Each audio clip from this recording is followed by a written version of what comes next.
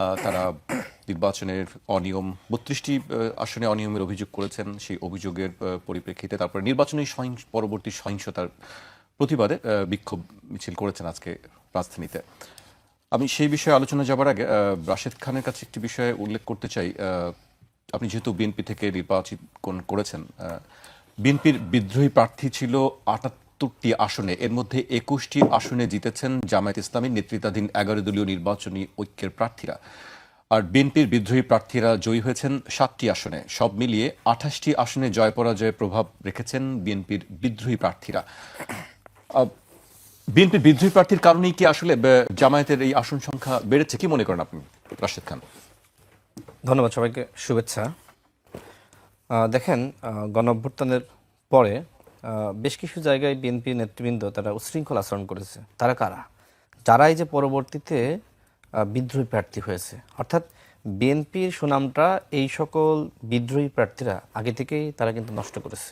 অন্যথায় আমি যেটি মনে করি যে বিএনপি ২৮০ আসন পাওয়ার মতন অবস্থায় ছিল, কিন্তু এই বিদ্রোহী প্রার্থীরা তারা বিভিন্ন জায়গায় চাঁদাবাজি করেছে, তাদের লোকজন বিভিন্ন জায়গায় সন্ত্রাসী কর্মযজ্ঞে লিপ্ত হয়েছে এবং তারা নির্বাচিত হওয়ার আগেই মনে করেছে যে আমরা এমপি হয়ে গিয়েছি। সেই এমপিত্বের স্বাদ তারা কিন্তু গণঅভ্যুত্থানের পরেই নিয়েছে। এরপরে যেটি হলো, যখন দল নমিনেশন দেওয়া শুরু করলো, তারা মনে করলো যে আমাদেরকে যে কোনো মূল্যে নির্বাচিত হতেই হবে। সেই জায়গায় তারা জনাব তারেক রহমানকে চ্যালেঞ্জ করে তারা কিন্তু প্রার্থী হয়েছিল। আমি ঝিনাইদহ ৪ থেকে নির্বাচন করেছি, সেখানেও কিন্তু একজন একই ধরনের কর্মযোগ্য। যিনি জয়ী হয়েছেন তিনি ১,০৫,০০০, দ্বিতীয় যিনি ছিলেন তিনি ৭৭,০০০, আপনি ৫৬,০০০। দুটি ভোট ভাগ হয়ে গেছে অনেক। আমি সেটাই বলছি, যিনি বিএনপি থেকে বহিষ্কৃত তিনি এবং আমি যদি আপনি কাউন্ট করেন একসাথে, তাহলে দেখবেন ভোট কিন্তু আমরা বেশি পেয়েছি। এবং এই যে সমন্বয়হীনতা, যে কারণে কিন্তু অনেকে এক ধরনের বিরক্ত হয়ে জামাত ইসলামকে ভোট দিয়ে দিয়েছে। এবং সব থেকে বড় ঘটনা ঘটেছে যেটি আপনি বললেন যে ৭৮টি আসনে সেখানে বিদ্রোহী প্রার্থী। এবং জামাত বা ১১ দলীয় জোট তারা কি করেছে, যেখানে যেখানে এই ধরনের বিদ্রোহী প্রার্থী আছে সেখানে তারা ইনভেস্টমেন্ট বেশি করেছে। সেটা আপনার বিভিন্ন তাদের ব্যবস্থাপনা বেশি জোরালো করা, আর্থিক ব্যবস্থাপনা আরও বেশি শক্তিশালী করা। যেমন ঝিনাইদহ ৪ আসনে যেটি হয়েছে, যেহেতু আপনার দুটি পক্ষ আমরা নির্বাচনে ছিলাম, আমি বিএনপি থেকে এবং বিএনপির বিদ্রোহী, সেখানে আপনার জামাত ইসলামের যিনি প্রার্থী ছিলেন, আপনি এখন পর্যন্ত দেখে আসতে পারেন যে কোথাও আপনি বাদ পাবেন না। প্রত্যেকটা রাস্তাঘাট মোড়ে মোড়ে আমার কাছে মনে হয় যে তিনি শুধু হয়তো ৫ থেকে ৬ কোটি টাকা শুধুমাত্র ব্যানার ফেস্টুন লাগিয়েছেন।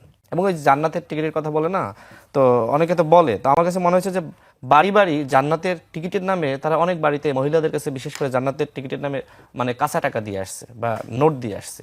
এ ধরনের ঘটনা ঘটেছে। অথচ তিনি যে পরিমাণ অর্থ তিনি আসলে খরচ করার কথা ছিল, হয়তো ২৫ থেকে আপনার ৩০ লাখ টাকা বা সর্বোচ্চ ৫০ লাখ টাকা, কথার কথা, কিন্তু তিনি আপনার মানে আমার কাছে মনে হয় যে প্রায় ৫০ কোটি টাকা সেখানে ব্যয় করা হয়েছে। আপনি এলাকায় গিয়ে খোঁজ দিয়ে দেখেন, মানে শহরে মরে মরে। সেই অভিযোগগুলো কি করেছেন আপনাদের পক্ষ থেকে? এই অভিযোগগুলো আমি কোথায় করব? এই অভিযোগগুলো করা যায় নির্বাচন কমিশনের কাছে? এমনকি দেখেন, নির্বাচনের আগের দিন রাতে, লঙ্ঘন হচ্ছে। নির্বাচনের আগের দিন রাতে যেটি হয়েছে যে প্রত্যেকটা সেন্টারে জামাত ইসলামের ফেস্টুন মানে সর্বত্র লাগিয়ে দিয়েছে।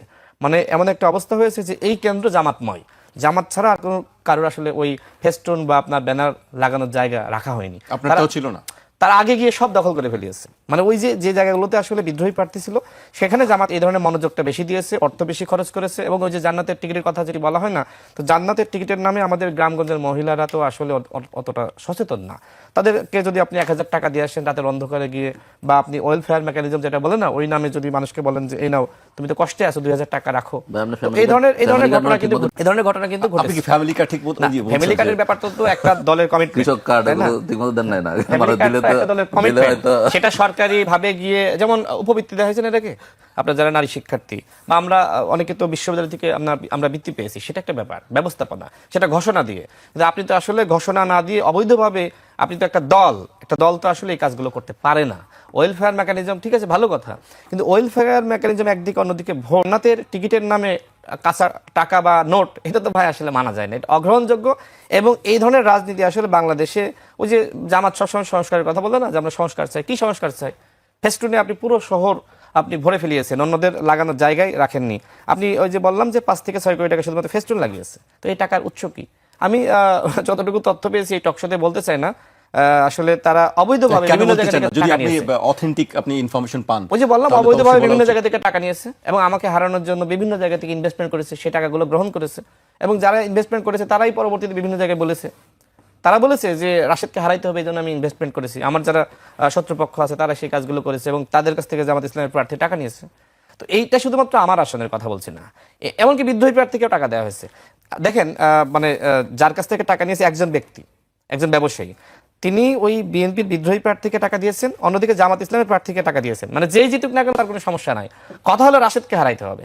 এই ধরনের ঘটনা ঝিনাইদহ 4 আসনে ঘটেছে এবং এটা মানে তারা তো ইসলামিক রাজনীতি করে। আমি ইসলামিক রাজনীতিকে কখনোই আমি খারাপ বলি না, করতেই পারে, গণতান্ত্রিক রাষ্ট্রে করতেই পারে, কিন্তু একজন মানে কালো টাকা একজনের কাছ থেকে নিয়ে নির্বাচনে জেতা, জান্নাতের টিকিটের নামে বাড়ি বাড়ি গিয়ে কাঁচা টাকা বিতরণ করা, এইটা তো ভাই আসলে কোনো গ্রহণযোগ্য রাজনীতি, সংস্কারের রাজনীতি হতে পারে না।